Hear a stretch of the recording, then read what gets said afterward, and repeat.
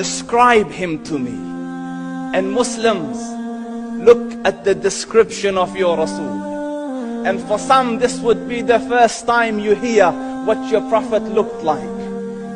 I saw a man of striking appearance. ظاهر الوضاء أبلج الوجه, radiant face, حسن الخلق, beautifully created. لم تعبه الثجلة, his belly wasn't protruding. ولم تزر به السعلة, nor was his head disproportionate and small. وسيم قسيم, proportionate and delicate, finely made, a specimen of a creation. في عينيه دعج, in his eyes there was a contrast.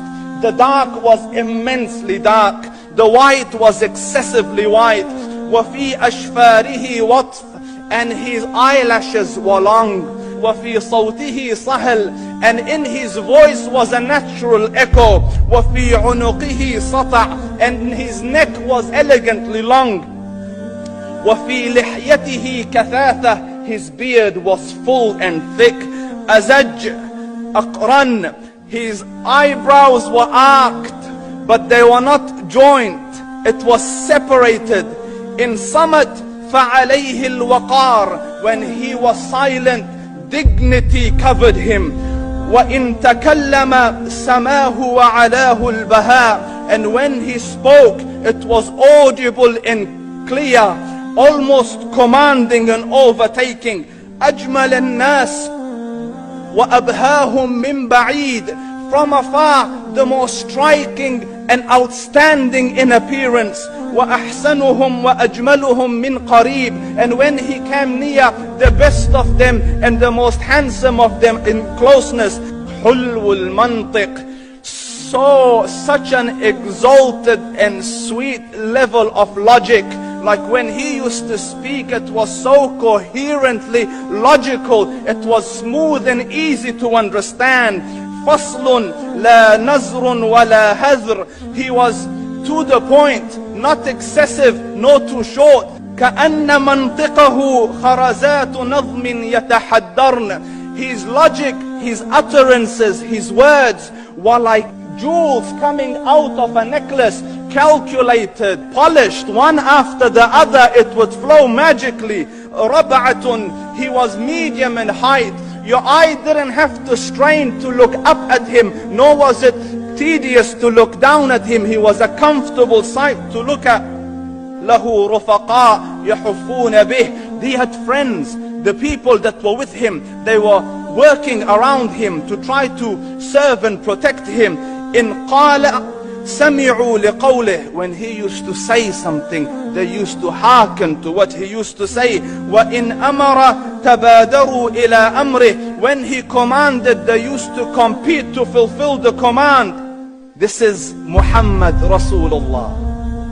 This is Muhammad Rasulullah. Anas ibn Malik says, he says, I came out one night, it was the full moon night.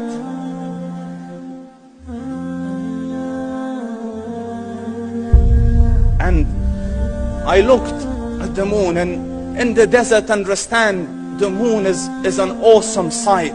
It is smooth, it is radiant, it is clear, it is gentle compared to the scorching sun at which they are used to. So the moon was the epitome of beauty. So he says, I came out at a full moon night and I looked at the moon and I saw it beautiful, handsome. So I said, let me go see if the moon is more handsome or my Prophet is more handsome. Let me see if that is more beautiful or the Prophet is more beautiful. So I went and I saw him standing afar. So I looked at his face and I looked at the moon, and I looked at his face, and I looked at the moon, and I looked at his face, and I looked at the moon, and he said, Wallahi, he was more handsome than the moon in its entirety. That is just the look of your Rasul.